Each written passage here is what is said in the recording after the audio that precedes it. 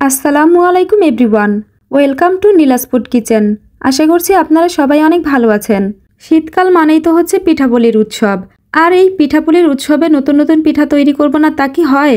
তাই তো আবারও আপনাদের জন্য নিয়ে এসেছি মজাদার একটি পিঠা রেসিপি।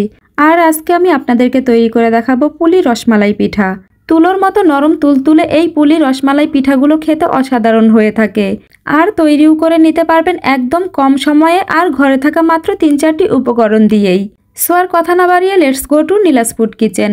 মজাদার এই পিঠাগুলো তৈরি করতে প্রথমে আমি ভিতরে দেবার জন্য পুরটা তৈরি করে নিব।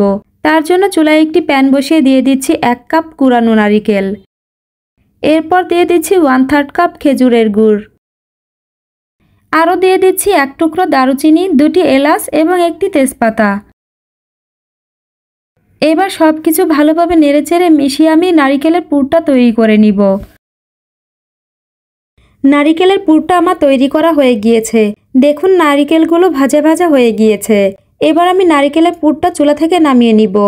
এরপর চুলায় অন্য একটি প্যান বসিয়ে দিয়ে দিচ্ছি মেজারমেন্ট কাপের ১ কাপ পানি। এবার পানির মধ্যে দিয়ে দিচ্ছি পরিমাণ মতো লবণ। লবণটা আমি নেড়েচেড়ে পানির সাথে ভালোভাবে মিশিয়ে দিব। এরপর পানিতে বলক তুলে নিব। পানিতে বলক চলে আসলে দিয়ে দিচ্ছি মেজারমেন্ট কাপের ১ কাপ চালের গুঁড়া। আর আমি বাজার থেকে কিনে আনা শুকনো চালের গুঁড়া ব্যবহার করেছি।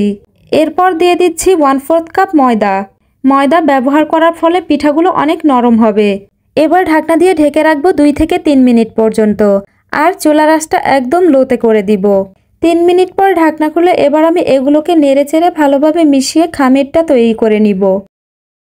দেখুন চালের গুঁড়া আমার ভালোভাবে সেদ্ধ করা হয়ে গিয়েছে। এবার আমি এগুলোকে চুলা থেকে নামিয়ে একটি প্লেটে ঢেলে নিব। তারপর আটা কিছুটা ঠান্ডা হয়ে যাবার পর আমি এগুলোকে ভালোভাবে মথে নিব। আটা মথার সময় যদি হাতে বেশি গরম লাগে তাহলে হাতটা পানির মধ্যে চুবিয়ে নেবেন। এর ফলে হাতে গরম কিছুটা কম লাগবে। আর ভালোভাবে মথে একটি মসৃণ ডো তৈরি করে নিব। দেখুন আমার ডোটি তৈরি করা হয়ে গিয়েছে। এবার আমি এখান থেকে অল্প একটু আটা নিয়ে নিচ্ছি। প্রথমে আটাটুকু আমি ২ হাতের সাহায্যে গোল করে নিব। তারপর চেপে চেপে ছোট একটি রুটির মতো বানিয়ে নিব।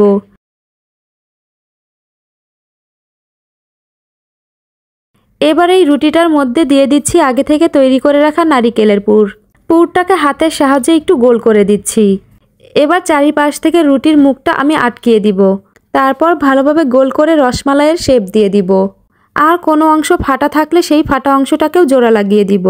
এইভাবে আমি সবগুলো পিঠা বানিয়ে নিব। আপনি যদি আমার ভিডিওটি ফেসবুক থেকে দেখে থাকেন তাহলে প্লিজ আমার পেজটি ফলো করে দিবেন।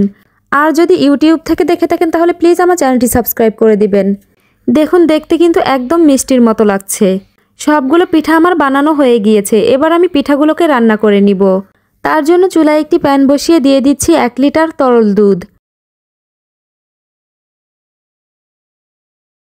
এবার দুধটা অনবরত নেড়ে নেড়ে জাল করে বলক তুলে নিব। দুধে বলক চলে আসলে চুলার আঁচটা কমিয়ে দিচ্ছি।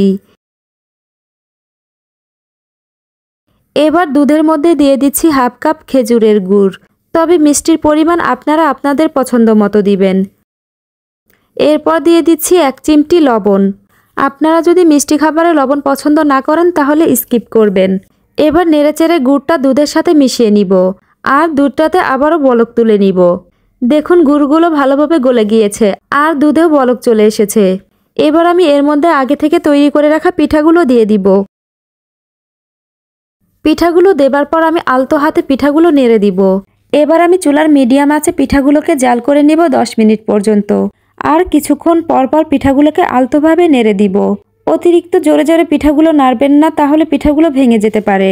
পিঠার উপরে সর পড়ে গেলে আলতোভাবে সরগুলোকে ভেঙে দিব।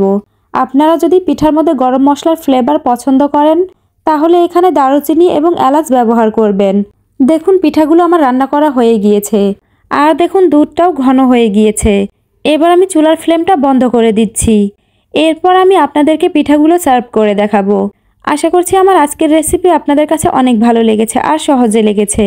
ভিডিওটি ভালো লেগে থাকলে প্লিজ একটি লাইক দিবেন আর কমেন্টস করবেন এবং ভিডিওটি শেয়ার করে আপনার ফ্রেন্ডস এবং ফ্যামিলিকেও দেখার সুযোগ করে দিবেন। দেখুন পিঠাগুলো দেখে মনে হচ্ছে না একদম দোকান থেকে কিনে আনা রসমালাই মিষ্টি? সবসময় একইভাবে পিঠাগুলো তৈরি না করে এই রকম ভিন্নভাবে পিঠাগুলো তৈরি করে নিতে পারেন। এগুলো দেখতেও সুন্দর লাগে আর খেতেও অনেক ভালো লাগে। দেখলেন তো কত সহজেই তৈরি হয়ে গেল মজাদার পুলি রসমালাই পিঠা। আমি একটি পিঠা কেটে দেখাচ্ছি, দেখুন পিঠাটি কতটা সফট হয়েছে। তাহলে আজ এ পর্যন্তই, আবার দেখা হবে নতুন কোনো রেসিপি নিয়ে। সে পর্যন্ত সবাই ভালো থাকুন, সুস্থ থাকুন, আল্লাহ হাফেজ।